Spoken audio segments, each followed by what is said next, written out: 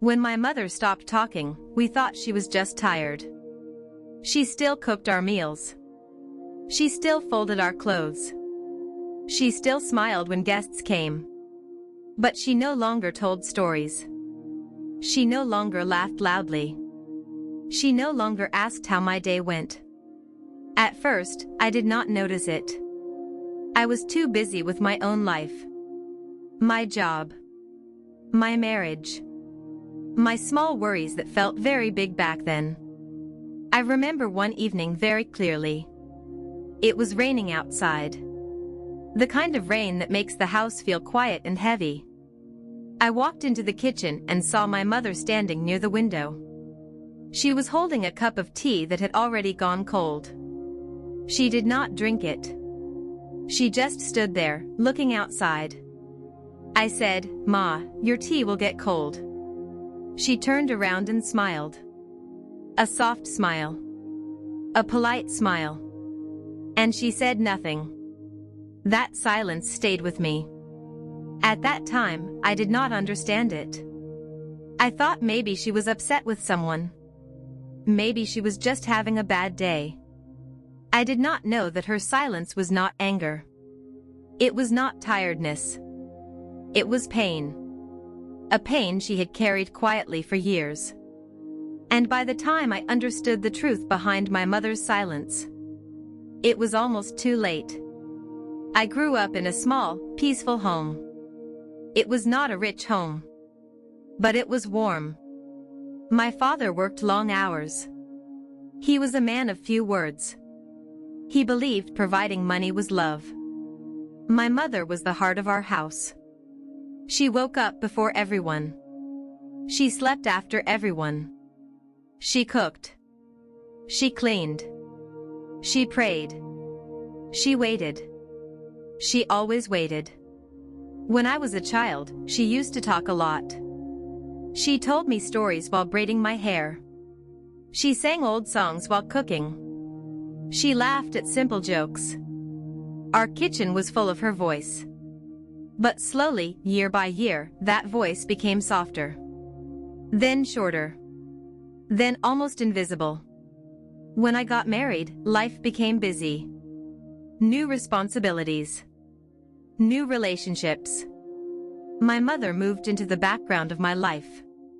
Not because I did not love her, but because I assumed she would always be there. She never complained. She never asked for attention. If I asked, "Ma, are you okay?" she would say, "Yes, Beta. I am fine." And I believed her. After my father passed away, things changed more. She became quieter. More careful with her words. She stopped sharing her thoughts. Stopped correcting us. Stopped expressing needs. At family gatherings, she sat quietly. Listening. Smiling. Nodding. Everyone said, "Your mother is so calm. Such a strong woman." No one asked why she had gone so silent. Not even me. The silence did not come all at once. It grew slowly. Like a crack in a wall that no one notices until it becomes too big. Sometimes I would talk about my problems. My husband. My work stress. Money issues. She listened. She always listened. But she stopped giving advice. Earlier, she would say, "Be patient. Speak kindly.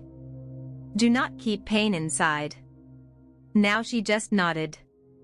One day I asked her, "Ma, why don't you say anything anymore?" She smiled and said, "What is there to say?" That answer felt strange. But I let it go. There were moments when I felt irritated by her silence. I thought maybe she did not care. Maybe she was emotionally distant. Once, during an argument with my husband, I snapped at her. "You never support me," I said. She looked down. Her hands trembled slightly. She said softly, "I am always on your side." And then she went quiet again. I did not apologize properly. I thought she understood. Days passed. Weeks passed. Her health started changing. She lost weight. Her eyes looked tired. Doctors said it is just age. But deep inside, something felt wrong. Still, I did nothing. Silence had become normal in our home. The truth came to me on an ordinary afternoon. The kind of afternoon that feels forgettable. I was cleaning her cupboard. I was looking for old blankets. That is when I found a small bundle of letters, tied with a faded ribbon. They were never sent. I sat on the bed and opened one. It was written in my mother's handwriting. The letter began with, "To anyone who will listen." As I read, my hands started shaking. She had written about her life, her sacrifices, her loneliness. She wrote about how she stopped speaking because every time she spoke, no one listened. She wrote about being ignored, about feeling unnecessary. She wrote, "When I talk, they change the topic. When I cry, they tell me to be strong." She wrote about swallowing words, about choosing silence because it hurt less than rejection. I cried while reading. My chest felt heavy. Then I read the last letter. It said, "I am not silent because I am weak. I am silent because I am tired of explaining my pain." That night, I went to her room. She was lying down, her eyes closed. I held her hand and whispered, "Ma, I am sorry."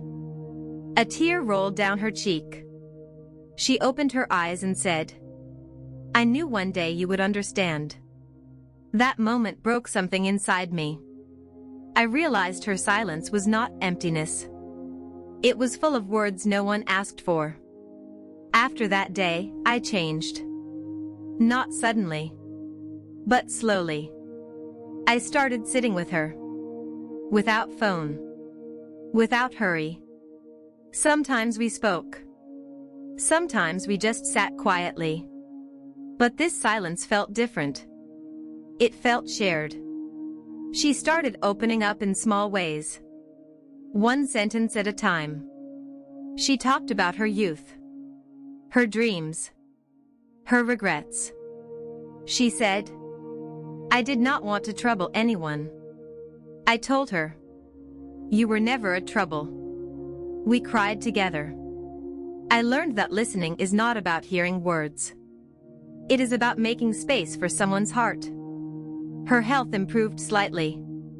Her smile returned slowly. Not the loud laughter, but a peaceful smile. I learned that love is not just doing things. It is asking. It is noticing. And silence is not always calm. Sometimes it is a scream waiting to be heard. Today, when my mother sits quietly, I sit beside her. I do not rush to fill the silence. I ask, "What are you thinking?" Sometimes she answers. Sometimes she does not. But now I know the difference. Her silence is no longer loneliness. It is rest. If there is one thing I want you to remember, it is this. The quietest people often carry the loudest pain. Do not wait for words. Look for pauses. Listen before silence becomes permanent. Because sometimes, by the time we understand the truth behind someone's silence, we only have memories left to talk to.